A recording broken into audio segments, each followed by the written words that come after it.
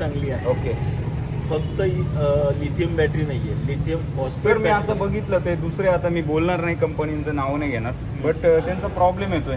तर हिला काही असा प्रॉब्लेम नाही ना? कारण की मी पण पेट्रोल शोरूमला आहे, नवीन गाडीची प्राइस सांगतायत सर, आणि ही पण चांगली ती पण चांगली, तुमच्यावर डिपेंड आहे की कोणती घ्यायची आणि कोणती नाही. ही पण चांगली वाटते मला, अरे ही पण चांगली वाटते, सगळेच चांगले वाटतात सर.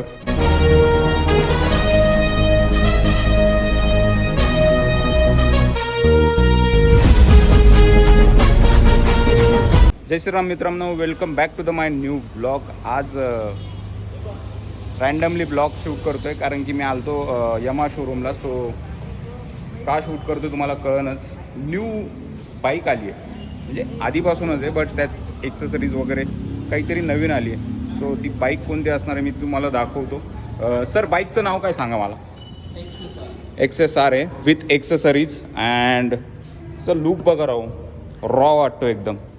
155 cc आहे आणि यमाहाची आहे, तर तगडच प्रोसेस असेल. आणि त्यात कलर पण आहे, एक ब्लूमध्ये आहे, एक व्हाईटमध्ये आहे आणि एक रेडमध्ये आहे. सॉरी ती सिल्वर आहे. आणि अजून एक आहे त्यात ग्रीन कलर.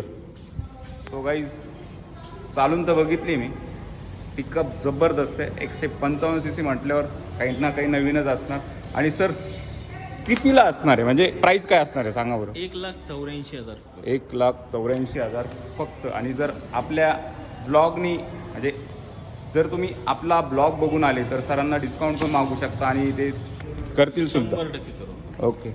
अजून कोणती नवीन आली आहे का. FZ रेव म्हणून. FZ Rio. ओके. सर हिचं प्रोसेस सांगा मला काय. गाडी ही बेसिक आहे, सर्वसामान्य लोकांसाठी फार सुंदर गाडी. ओके. 150 cc मध्ये. ओके. नवीन हेडलाईट मध्ये आलेली आहे. बघा हेडलाईट नवीन. Headlight. Okay. Indicator LED indicator. Okay. नवीन कलर. ओके. मॅकविल ऑरेंज. ओके. हे तर आता रेग्युलर झाले सर मॅकविल. हो, पण ॲक्च्युली त्याच्यामध्ये ब्लॅक होती, अशी गाडी होती. ओके. ओके. कंपनीने नवीन कलर तिला चेंज केली आहे, ह्या म्हणजे थोडासा लुक चेंज केला आहे. ओके. आणि ही कोणती सर. FZS वर्जन 4, 5 आहे. Non hybrid. ही कोणती. Non hybrid. Non hybrid. ही हायब्रिड म्हणजे ही हायब्रिड. नाही हायब्रिड नाही. Basic. Hybrid याच्या पुढचं. ही बेसिक आहे. बेसिक आहे. अँड 1,46,000 रुपये. 1,46,000 रुपये. ओके. आणि ही सर 1,53,000. 1,53,000 रुपये. मी यमा शोरूमला आहे, नवीन गाडीची प्राईस सांगतायत सर. आणि ही पण चांगली ती पण चांगली, तुमच्यावर डिपेंड आहे की कोणती घ्यायची आणि कोणती नाही. ही पण चांगली वाटते मला, अरे ही पण चांगली वाटते, सगळेच चांगले वाटतात सर. कोणती घ्यावं सांगा आता. प्रश्न पडतो. FZ ही पण नॉन हायब्रिडच आहे. ओके. ही पण किंमत 1,53,000च आहे. ओके. पण ही MT-15चा जो कलर आहे तो सेम कलरमध्ये आणलेली, व्हाईट आणि ऑरेंज मॅकविल. म्हणजे काहीतरी वेगळं. येस. हे माझा असाच कलर आहे एरोक्सचा आहे ना, सेम कलर. एकदा तुम्ही कुटिंग वगैरे केलं तर खतम, चमकायला लागतो. आणि असा पण चांगलाच दिसतोय. सो ट्राय करा तुम्ही, ही गाडी पण तुम्ही घेऊ शकता. इकडे समोर बघा, स्टॉक बघा, स्टॉक किती आहे. हायब्रिडमध्ये ती येत नाही, व्हाईट ऑरेंज नाही. कोणती हायब्रिडमध्ये. सर यांना पण घ्यायची आहे. कोणती घेणार तुम्ही. बघूया आता तुम्ही कोणती ती सेल कोणती केली. MT-50. MT-50 सेल केली त्यांनी. काय प्रॉब्लेम झाला. काय नाही, थोडे ॲक्सिडेंटल होते. ॲक्सिडेंटल होती. सर यांना चांगली कोणती आहे, मोपेडमध्ये घेणार आहे का कोणती घेणार आहे सांगा. तर मोपेडमध्येच घ्यायची आहे. सांगा जरा सजेस्ट करा. आता आपल्याकडे इलेक्ट्रिक पण आहे. कोणती ते पण सांगा. एरोक्स आणि मोपेडमध्ये आपलं रेग्युलर फसिनो टाईप पण येणार आहे. हो का. एरोक्समध्ये एरोक्समध्ये पण येते.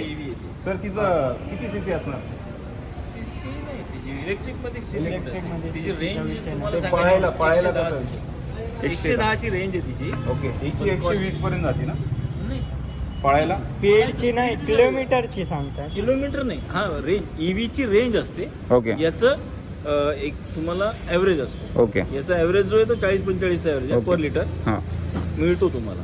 आणि तिचा जो आहे तिची रेंज आहे 110 ची. म्हणजे वन टाइम चार्ज चार्ज केली तर 110 किलोमीटर जाऊ शकते. ओके. सो हे आम्हाला माहीत नव्हतं, सरांनी सांगितलं.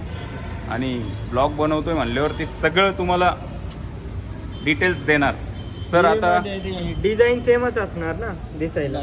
फार चेंजेस changes. खूप चेंजेस आहेत. आणि EV मध्ये ती एरोक्स मध्ये म्हणताय तुम्ही, तिच्यात काय चेंजेस आले अजून?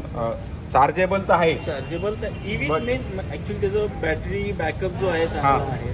शिवाय बॅटरीची लाईफ चांगली आहे. ओके. फक्त लिथियम बॅटरी नाहीये, लिथियम सर मी आता बघितलं ते दुसरे, आता मी बोलणार नाही कंपनीचं नाव नाही घेणार, बट त्यांचा प्रॉब्लेम येतोय. तर हिला काही असा प्रॉब्लेम काही नाही ना? अडचण कारण की मी पण पेट्रोल गाडी वापरतोय एरोक्सच, तर ती तर बॉम्ब आहे, म्हणजे चांगलीच आहे. म्हणजे मी वापरतोय, माझा एक्सपिरियन्स सांगतोय. आणि ती जी EV येणार आहे ती पण मला यमाची असल्यामुळे मला असं वाटतंय बॉम्बच असेल. डिझाईन मध्ये चेंज असेल का? डिझाईन मध्ये चेंजेस आहेत. हा. शिवाय त्या गाडीची कॉस्टिंग वाईज विचार केला तर Costly थोडंसं जाऊ शकतं. कॉस्टली आहे, पण सेम सर्वसामान्य लोकांसाठी आणि जे अफोर्ड करू शकतात अशासाठी एरोक्स आहे. आणि सर्वसामान्यांसाठी साधी पण गाडी आलेली आहे. तिची कॉस्टिंग अराउंड 1,50,000 पर्यंत राहणार आहे. ती याच्यातच आहे का? EV मध्ये आहे का? आता आहे EV मध्ये का? नाही, आता नाही. दोन्ही गाड्या आपल्याला या मंथ एंडिंग पर्यंत येतील, म्हणजे फेबच्या मंथ एंडिंग पर्यंत येतील. Okay okay. पाडव्याला मिळून जाईल. सो गाईज मंथ एंड पर्यंत येणार आहे. पाडव्याला तर भेटेलच तुम्हाला चार्जेबल गाड्या. सो तुम्ही येऊ शकता यमा शोरूमला. आतापर्यंत कोणती EV नाही आहे ना? अजून नाही, यामाची नाही. Yamaha first time first time EV launch करत आहे. यमा एकदाच काहीतरी वेगळं काढतं. मला तरी वाटतंय हे येणार जे चार्जेबल गाड्या ते बॉम्ब असणार, म्हणजे चांगल्याच चांगल्या असणार आहे. सो यमावर विश्वास तर 100% आहे. बोला, परफॉर्मन्सचा तर विषयच नाही आहे माझा.